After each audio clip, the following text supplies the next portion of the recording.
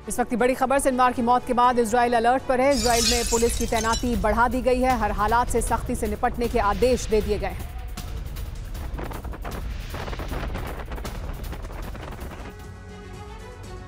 एक और बड़ी खबर, सिनवार का अंत और इससे जुड़े हुए 5 सवाल अब सामने हैं। बड़ा सवाल क्या है? क्या हमास से किसी ने मोसाद को सिनवार की जानकारी दी थी? बड़ा सवाल ये कि क्या कोई इनसाइडर इंफॉर्मेशन थी कि हमास में कोई सिनवार का दुश्मन था?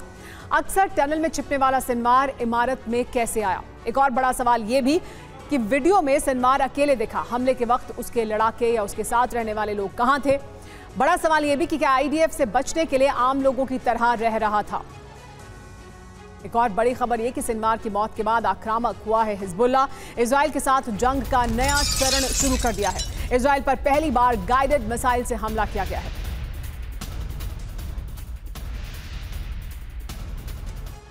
सिनवार का बदला लेकर रहेगा क्या हिजबुल्लाह? क्योंकि हिजबुल्लाह ने हमले तेज कर दिए हैं। लेबनान से इजराइल पर विध्वंसकारी हमले शुरू हो गए हैं। इजराइल के साथ युद्ध के नए चरण का ऐलान किया गया है। पहली बार गाइडेड मिसाइल से इजराइल पर हमले हुए हैं। आईडीएफ जवानों को टारगेट बनाकर अटैक जारी है। हिजबुल्लाह के लड़ाके ग्राउंड ऑपरेशन के लिए पूरी तरह से तैयार हैं। हिजबुल्लाह ने सिनवार के बदले का प्रण लिया है तो उधर लेबनान युद्ध में नया फ्रंट खुल चुका है। हिजबुल्लाह को अब तक मिसाइल और रॉकेट पावर माना जाता रहा है, लेकिन उसकी एक सीक्रेट नेवल विंग भी है जिसने लेबनान में ग्राउंड ऑपरेशन चलाया है। इजरायली फौज पर हमले किए हैं, यानी युद्ध में अब दोनों ओर से नेवी की एंट्री हो चुकी है।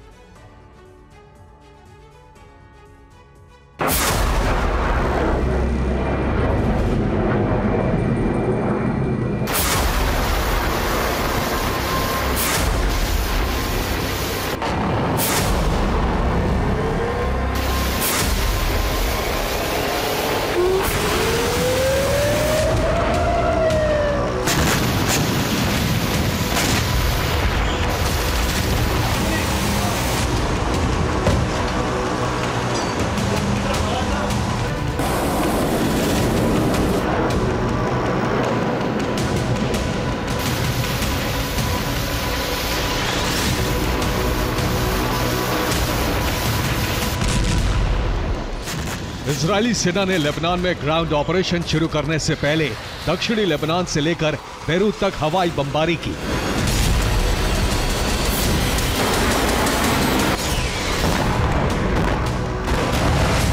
दक्षिणी बेरूत के बड़े इलाके को इजरायली सेना ने खंडहर बना दिया।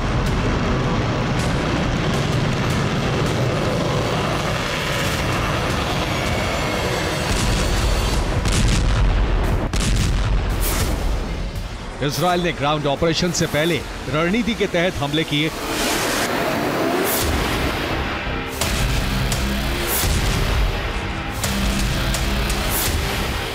इजरायल ने हवाई बमबारी करके हिजबुल्लाह के हथियार गोदाम नष्ट किए। बमबारी से हिजबुल्लाह के लड़ाके उत्तरी लेबनान की तरफ भाग गए। इसके बाद इजरायल ने खाली क्षेत्र में अपनी पैदल सेना और आर्टिलरी को उतार दिया।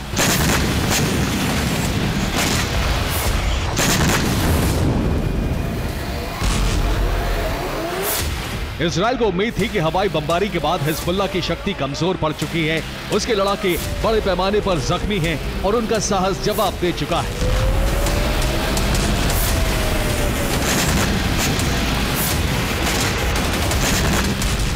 लेकिन ये इजरायल की भूल साबित हुई। हिजबुल्लाह ने बीती रात ये साबित कर दिया कि उसकी ताकत खत्म नहीं हुई और रणनीति अभी भी मजबूत है।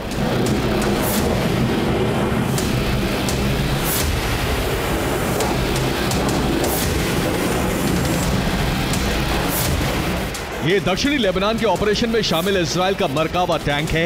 इस टैंक पर हिजबुल्लाह के लड़ाकों ने हमले किए और देखिए टैंक का क्या हाल हुआ।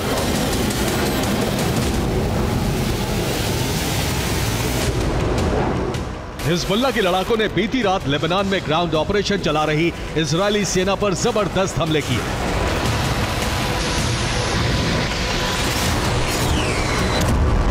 हिजबुल्लाह ने इजरायली टैंक ब्रिगेड पर घात लगाकर हमला किया। लेबनान से अलकाजा क्षेत्र में इन हमलों से 2 टैंक नष्ट हो गए। हिजबुल्लाह ने दावा किया है कि इजरायल के 5 से ज्यादा सैनिक हमले में मारे गए। हिजबुल्लाह के हमले में इजरायल के 44 सैनिक घायल हुए हैं और इन घायलों में 10 की हालत गंभीर है। इजरायली सेना ने पूरी रात लेबनान में रेस्क्यू ऑपरेशन चलाया। मिलिट्री हेलीकॉप्टर से घायल सैनिकों को इजराइल लाया गया। इजराइल के 10 मिलिट्री हेलीकॉप्टर रेस्क्यू ऑपरेशन में शामिल हुए। तेल अवीव के शेबा तेल होशोमर और बेलिंसन अस्पताल में पूरी रात घायल सैनिकों का आना जाना जारी रहा।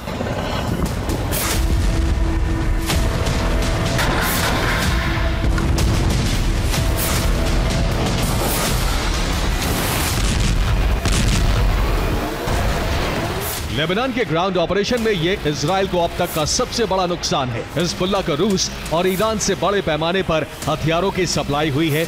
रिपोर्ट यह भी है कि हिजबुल्लाह ने समुद्र से भी इजराइल पर हमले शुरू कर दिए हैं।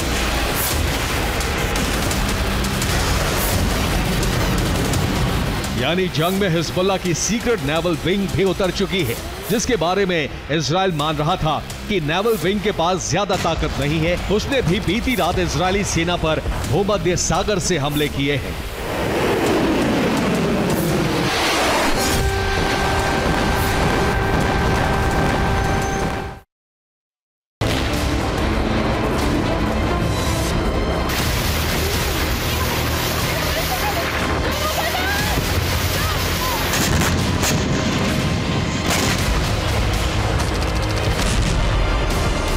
हिजबुल्लाह के समुद्री हमलों के बाद इजरायली नेवी भी भूमध्य सागर में हिजबुल्लाह के ठिकानों पर हमले कर रही है।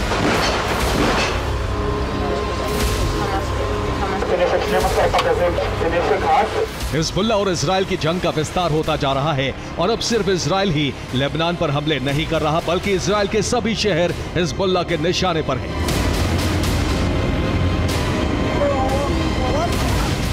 हिजबुल्लाह ने बीती रात इजरायली शहरों पर रॉकेट और ड्रोन हमले किए।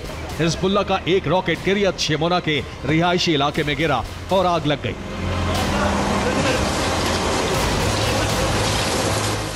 हिजबुल्लाह के हमलों के चलते किरियत शेमोना इलाके को इजराइल ने पूरी तरह खाली करने के आदेश जारी कर दिए हैं।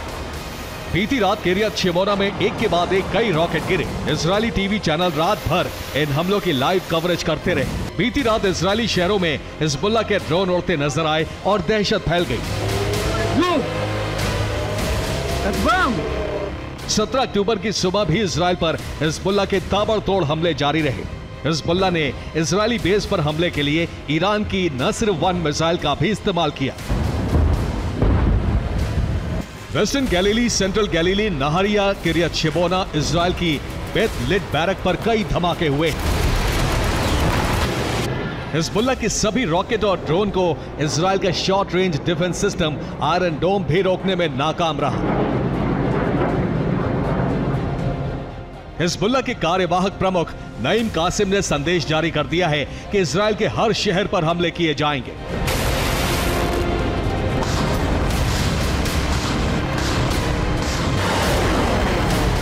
अक्टूबर के महीने में हिजबुल्लाह ने इजराइल पर ये सबसे बड़े हमले किए हैं, जिसमें इजराइल को सबसे ज्यादा नुकसान उठाना पड़ा है।